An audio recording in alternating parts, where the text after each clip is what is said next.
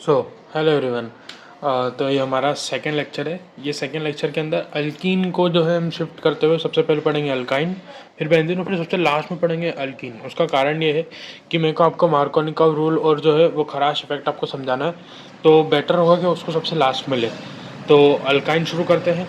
Alkyne के अंदर सबसे पहले हम पढ़ेंगे मेथड ऑफ प्रिपरेशन। जैसे हमारी लास्ट क्लास में बात हुई थी कि हम मेथड ऑफ प्रिपरेशन और केमिकल प्रॉपर्टीज़ पढ़ेंगे। तो ये एग्ज़ाम पॉइंट ऑफ व्यू से दोनों चीज़ें बेस्ट रहेंगी। और आपको जनरली देखो, मैं आपको इस वीडियो या फिर जो है कम्युनिटी टैब में आप देख लेना, उसके अंदर मैं आपको एक क्वेश्चन पिन करूँगा। उस क्वेश्चन में आपको पता चलेगा कि किस प्रकार से क्वेश्चन बन सकता है आपके एग्जाम्स में। तो शुरू करते हैं हम हमारा आज का वीडियो। तो हमने बोला कि फ्रॉम कैल्शियम कार्बाइड। तो कैल्शियम कार्बाइड होता क्या है? तो CaCl2 को बोलते हैं हम जो है कैल्शियम कार्बाइड। अब ये कैल्शियम कार्बाइड को सबसे पहले तो हम सीखेंगे कि इससे हम इथाइन कैसे बनाएंगे। तो ये जो हमारा कैल्शियम कार्बाइड है यानी CaCl2, इस CaCl2 को जो है हम सबसे पहले रिएक्ट करवाते हैं वाटर के साथ। और वाटर हम दो मोल लेंगे। और इस वाटर को जब जैसे हमने कैल्शियम कार्बाइड को पानी के अंदर डालते हैं तो ये बना लेता है CaOH2, मतलब कैल्शियम हाइड्रोक्साइड। एक कैल्शियम हाइड्रोक्साइड बना लेता है। एंड जो यहाँ से ये जो दो सी एलिमिनेट हुए हैं, ये दो सी क्या करेंगे, हमारे दो सी इधर निकल गए। यहाँ से जो हमारे पास केवल क्या बचा है, हमारे पास दो हाइड्रोजन के मॉल्स। तो हाइड्रोजन का हमने यहाँ पर ऐड करवा दिया, तो ये बना देगा अल्काइन। अगर इसको ओपन करके देखें तो ये कुछ स्ट्रक्चर ऐसा है कि CH ट्रिपल बॉन्ड CH, यानी ये बना है हमारा इथाइन। हमने क्या लिया था? हमने लिया था कैल्शियम कार्बाइड।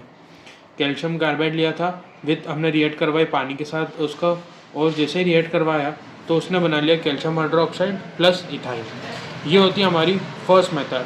पर जनरली एग्जाम में एक चीज़ और पूछी जाती है कि इस कैल्शियम कार्बाइड को आपने ऑब्टेन्ड कहाँ से करा। तो एक क्वेश्चन बन जाता है कि how calcium carbide is prepared.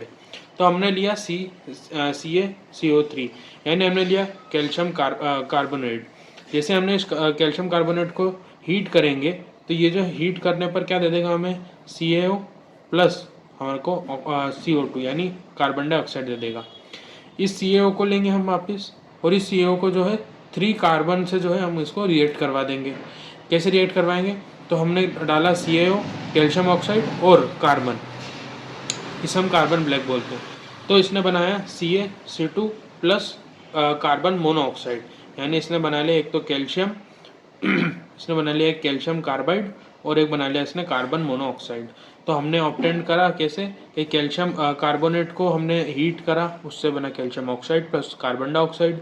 उसमें से हमने इस कैल्शियम ऑक्साइड को उठाकर रिएक्ट करवा दिया कार्बन ब्लैक के साथ। इस मतलब 3 हमने कार्बन के मोल ले लिए। जैसे ही रिएक्ट करवाया उसने बना लिया कैल्शियम कार्बाइड और साथ में निकाल दिया कार्बन मोनोऑक्साइड। तो हमने पता चल गया कि हमने कार्बन जो है कैल्शियम कार्बाइड कहाँ से ऑब्टेन करा था। अब हमारे पास नेक्स्ट आ जाता है हमारा विसिनल डाइहैलाइड। तो ये विसिनल डाइहैलाइड को हमको करना क्या है? तो विसिनल डाइहैलाइड को जो है रिएक्ट करवाएंगे हम एल्कोहलिक KOH। उसके बाद हम जो है उसके अंदर NH2 को डालेंगे। और वो किस प्रोसेस के अंदर जाएगा? तो वो जाएगा डीहाइड्रोहेलोजिनेशन। बोले तो एक हाइड्रोजन और फिर उसी के साथ जो है साइमल्टेनियसली उसके साथ एक हेलोजन भी निकल जाए, उस प्रोसेस को हम बोलते हैं उसका डीहाइड्रोहेलोजिनेशन। तो शुरू करते हैं कैसे हुआ। तो सबसे पहले तो समझे कि विसिनल डाइहैलाइड क्या होता है। जब जो है एडजेसेंट कार्बन एटम के ऊपर जो है एक हैलाइड जुड़ जाते हैं, सेम हैलाइड, तो वो उस चीज़ को हम क्या बोलते हैं कि वो विसिनल डाइहैलाइड है। जैसे कि यहाँ पर ये कार्बन कार्बन के ऊपर एडजेसेंट, बोले तो एक के बाद एक जो आता है कार्बन, उसके अंदर अगर एक एक हैलाइड जुड़ा हुआ है तो हम उसको बोलते हैं कि वो विसिनल डाइहैलाइड है। अब इस कार्बन की और वैलेंसी सेटिस्फाई करनी है तो 2 हाइड्रोजन यहाँ लगेंगे, सेम 2 हाइड्रोजन यहाँ लगेंगे। हमने बोला था कि हम इसको रिएक्ट करवाएंगे एल्कोहलिक KOH, तो हम ब्रैकेट के ऊपर लिख देंगे एल्कोहलिक KOH यानी पोटेशियम हाइड्रोक्साइड। अब जैसा कि मैंने बोला था कि साइमल्टेनियसली एक हाइड्रोजन और एक हैलाइड निकलेगा। तो अगर इधर से एक हाइड्रोजन निकाल दिया हमने तो सबसे पहले तो जो जो नहीं निकलेगा उसको लिख देते हैं पहले। जैसे हाइड्रोजन यहीं रहेगा, कार्बन यहीं रहेगा, ये वाला कार्बन भी यहीं रहेगा, ये हाइड्रोजन भी यहीं रहेगा, ये हाइड्रोजन भी यहीं रहेगा, और ये Br जो है एक हैलाइड भी यहीं रहेगा। हमने एक हाइड्रोजन को एलिमिनेट करा, इस कार्बन की एक वैलेंसी फ्री। हमने इस ब्रोमीन को जो है यहाँ से निकाला। जैसे ही हमने इस हाइड्रोजन और इस ब्रोमीन को निकाला तो दोनों कार्बन की एक एक वैलेंसी फ्री हो गई। दोनों कार्बन ने जो है आपस में मिलकर बना लिया बॉन्ड, यानी अभी ये बन गया हमारे पास एक अल्कीन टाइप का कुछ पर हमें तो बनाना है अल्काइन, क्योंकि हम तो पढ़ रहे मेथड ऑफ प्रिपरेशन जो है अल्काइन की। तो हम यहाँ पर करेंगे क्या, अब हम हमारे पास मैंने जैसे बोला था स्टार्टिंग में कि हम डालेंगे NaNH2, बोले तो सोडियम अमाइड, हम डालेंगे सोडियम अमाइड। साथ साथ यहाँ पर जो हमने KOH डाला था उस KOH को जो है रिएक्ट कर जाएगा, हमारा बना देगा KBr। पर हमें इस वाले प्रोडक्ट से मतलब नहीं है। जब हम इस वाले प्रोडक्ट को जो है डालेंगे हम उसके साथ NaNH2, बोले तो सोडियम अमाइड। जैसे हमने डाला इसको तो क्या हो जाएगा, यहाँ पर सबसे पहले तो एक अल्काइन बन जाएगा। कैसे बना वो मैं समझाता हूँ। फिर एक बन जाएगा सोडियम ब्रोमाइड, और एक आखिरी चीज़ बनेगी NH3। अब ये सब बना कैसे, तो जैसे कि मैंने बोला था कि जब हम एक बार और NaNH2 डालेंगे तो डिहाइड्रोहेलोजिनेशन होगा। तो अगली प्रोसेस में क्या हुआ होगा कि यहाँ से एक ब्रोमीन निकला, इसकी कार्बन की एक वैलेंसी फ्री, यहाँ से एक हाइड्रोजन निकला, इस कार्बन की एक वैलेंसी फ्री, इन दोनों कार्बन की एक वैलेंसी फ्री, तो इन्होंने बना लिए बॉन्ड बनाते से इन्हें बनाना है अल्काइन। और HH दोनों में बचा हुआ था तो वो हमने लिख दिया।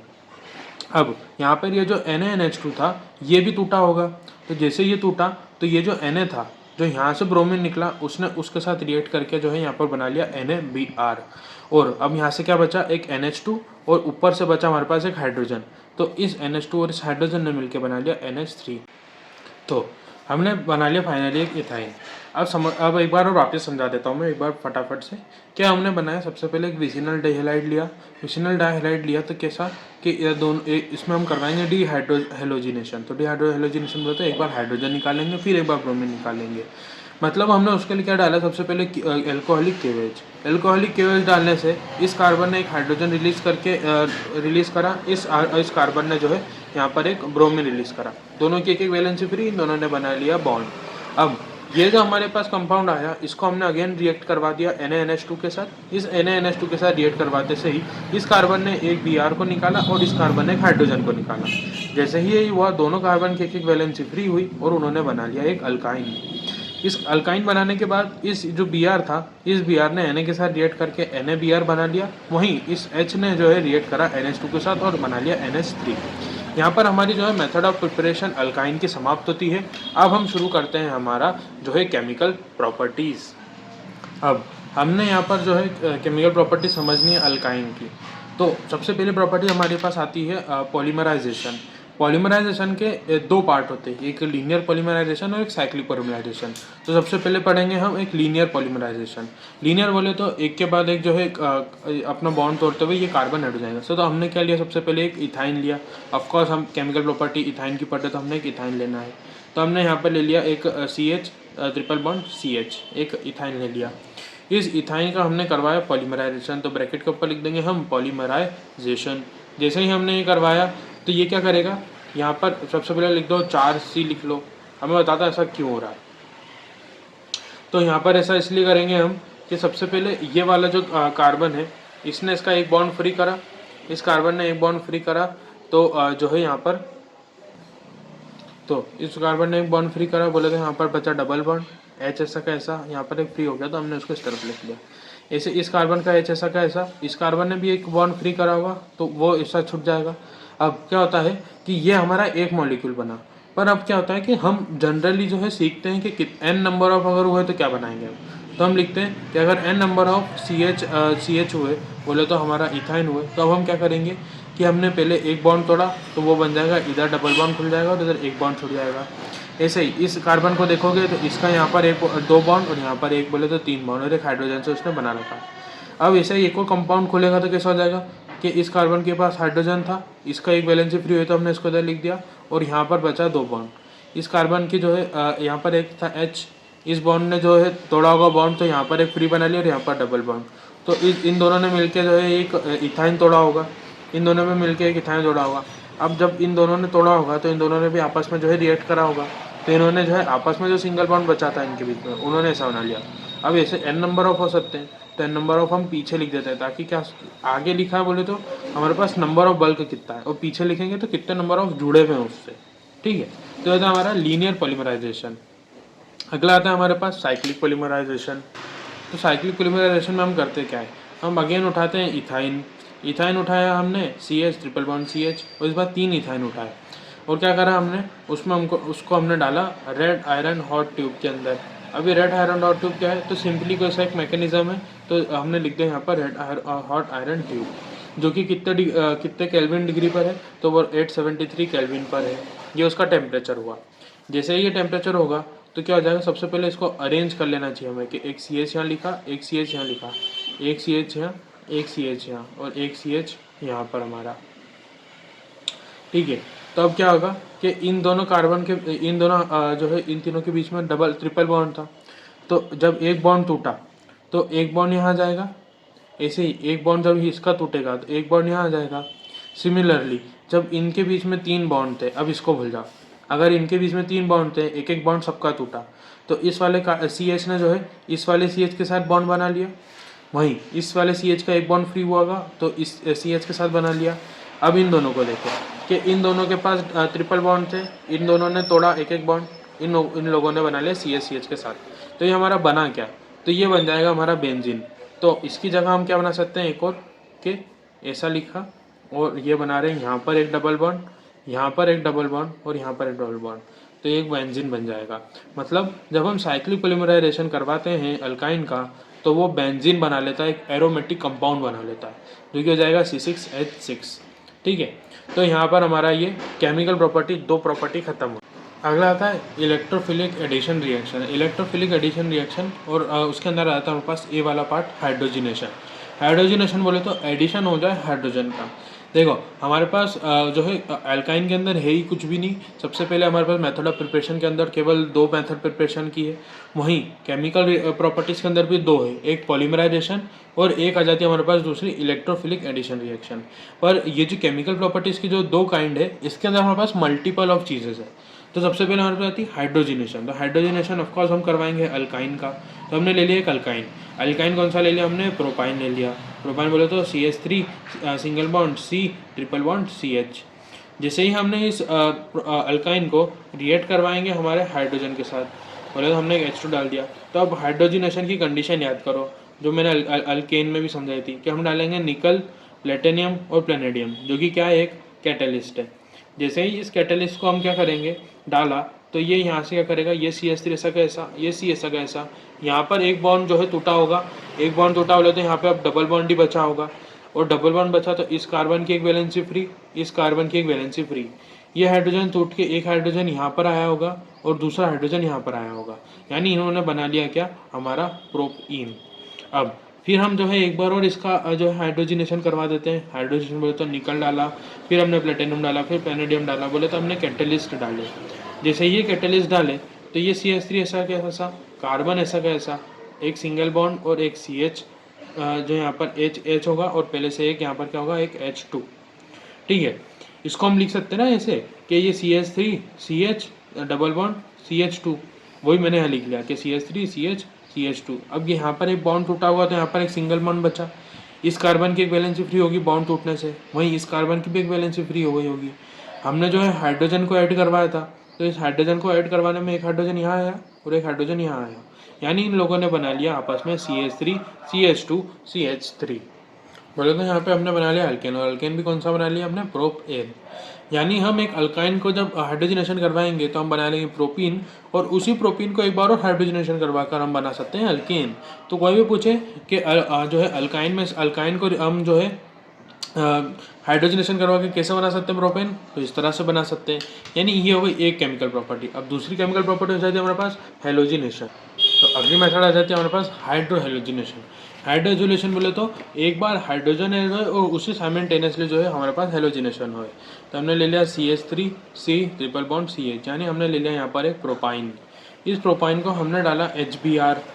HBr जो है यहाँ पर टूटेगा, HBr जैसे टूटा तो यहाँ पर भी एक बॉन्ड टूटा हुआ, तो ये कुछ कैसा दिखेगा। सबसे पहले तो हम कैटलिस्ट की बात कर लें, तो कैटलिस्ट यहाँ पर जो है हमारे पास वही होता है CCl4। जैसे हमने CCl4 डाला, यहाँ पर क्या जाएगा, ये CH3 ऐसा का ऐसा, ये C ऐसा का ऐसा, यहाँ पर डबल बॉन्ड बच जाएगा क्योंकि एक बॉन्ड टूटा, एक बॉन्ड टूटा तो यहाँ पे एक कार्बन की वैलेंसी फ्री, वहीं एक कार्बन यहाँ की भी एक वैलेंसी फ्री। तो जैसे इस कार्बन की वैलेंसी फ्री हुई, इस H ने अटैक कर दिया होगा यहाँ पर, तो इसने H ने यहाँ अटैक करा और इस Br ने यहाँ पर अटैक कर दिया, तो इसमें बना लिया CH3 CH और CHBr। अब अब जो है अगर हम इसको एक बार और जो है करवा दें हम इसका हाइड्रोहेलोजिनेशन, बोले तो हम एक बार और डाल दें इसके अंदर HBr और यहाँ पर डाल दें CCl4, तो ये क्या हो जाएगा। तो इसको सबसे पहले तो हम कैसे लिख सकते हैं, एक बार हम इसको लिख सकते हैं CH3 CH double bond CHBr। अब यहाँ से एक बॉन्ड टूटा होगा, ये बॉन्ड टूटा, अब ये बॉन्ड टूटा तो क्या हो जाएगा हमारे पास कि यहाँ पर एक कार्बन की वैलेंसी फ्री, यहाँ पर एक कार्बन की वैलेंसी फ्री, वहीं ये HBr टूटा होगा तो ये वाले कार्बन की ये हाइड्रोजन जो है जुड़ जाएगा यहाँ पर, और वहीं ये Br जो है यहाँ पर आके जुड़ जाएगा। और तो इन्होंने क्या बना लिया होगा, यहाँ पर एक सिंगल बॉन्ड बन गया होगा जो है बॉन्ड टूटने से, तो इन्होंने बना लिया CH3 CH3 और बना लिया CHBr2। अब क्या होता है कि ये जो है काइंड ऑफ एक अनस्टेबल स्पीशीज़ होती है, क्योंकि हम जो है मानते हैं कि अगर बीच में Br जोड़े तो बहुत ज़्यादा स्टेबल रहेगा, तो हम इसका जो है वापस से एक बार रीअरेंज करवा देते हैं, तो हो जाता है CH3 CHBr2 और इधर बच जाएगा CH3, है वही मॉलिक्यूल, बस हमने एक बार रीअरेंज करवा दिया। तो इसको अगर हम खोलेंगे तो कैसा दिखेगा, तो ये हो जाएगा CH से कैसा, एक बार Br ऊपर एक बार Br नीचे और ऐसे साइड में एक CH3। और अगर चाहो तो ये वाला जो मॉलिक्यूल है हम शुरू से बनाते हुए आ सकते हैं, मतलब कैसे, एक बार समझो कि हमने वापस ले लिया CH3 C triple bond CH, फिर हमने डाला उसके अंदर HBr, फिर हमने ऊपर रखा जो है CCl4। अब हमने क्या करा, यहाँ पर लिया CH3 वो बच जाएगा, यहाँ पर C, यहाँ पर डबल बॉन्ड बच जाएगा और यहाँ पर एक H, एक बॉन्ड टूटा तो इस कार्बन की एक वैलेंसी फ्री, एक बॉन्ड टूटा तो इस कार्बन की एक वैलेंसी फ्री। अब हमने Br को यहाँ पर ना जुड़ाते हुए इस वाले कार्बन पर जोड़ दिया और इस हाइड्रोजन को इस कार्बन पर जोड़ दिया, तो ये हो जाएगा यहाँ पर CH3 CBr और CH।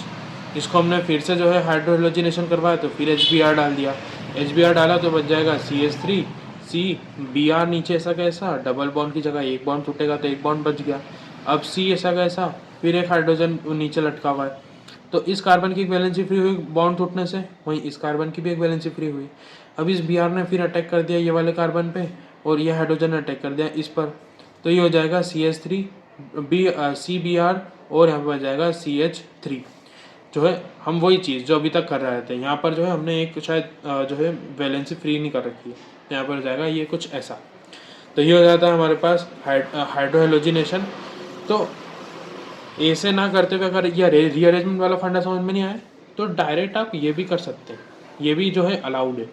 तो अब हम पढ़ते हैं नेक्स्ट चीज़ पर, ये यहाँ पर जो भी कोई भी कैटलिस्ट नहीं जुड़ेगा, CCl4 यहाँ पर नहीं है, वो होता है हेलोजिनेशन के अंदर, ये हाइड्रोहेलोजिनेशन है, ठीक है। अगला आ जाता है हमारे पास हाइड्रेशन, जो है अगला और आखिरी जो केमिकल प्रॉपर्टी होती है वो होती है हाइड्रेशन, किसके अंदर, इलेक्ट्रोफिलिक एडिशन रिएक्शन के अंदर। अब यहाँ पे बचा CH3, हमने यहाँ पर क्या ले लिया, एक इथाइन ले लिया, इस इथाइन को हम डालेंगे वाटर के अंदर, क्योंकि हाइड्रेशन क्या होता है, पानी का ऐड होना, तो हम जो है पानी का कैसे लिखते हैं, एक H और एक OH के साथ। इस H और OH को जो है जब हम रिएक्ट करवाते हैं किसके अंदर, HgSO4 एक कैटलिस्ट है, या फिर इसकी जगह आप डाल दो H2SO4, तो मैं तो प्रेफर करता हूँ H2SO4 डालो, क्योंकि HgSO4 जो है आज तक कभी हमने सुना भी नहीं होता है और हमें याद भी नहीं रहता, तो हम H2SO4 जल्दी याद रख लेते हैं।